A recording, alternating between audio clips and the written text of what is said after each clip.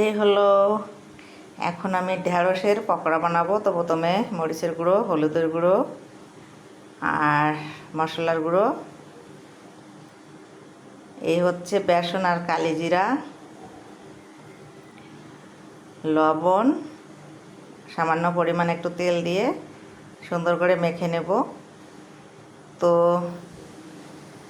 আমার ছেলেমেয়ে তো এমনিতেই ঢেঁড়স ভাজি বা তরকারি খেতে চায় না, তার জন্য হচ্ছে এইভাবে ভেজে দিচ্ছি, একদম মুচমুচে হয় পকোড়াটা। তো দেখতেই পাচ্ছেন কত সুন্দর মচমচা হয়ে গিয়েছে।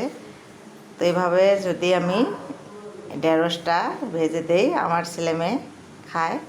তাই আপনাদের বাচ্চা যদি সবজি খেতে না চায়, তাহলে এরকম একটু বুদ্ধি খাটিয়ে তাদেরকে সবজি খাওয়াতে পারবেন।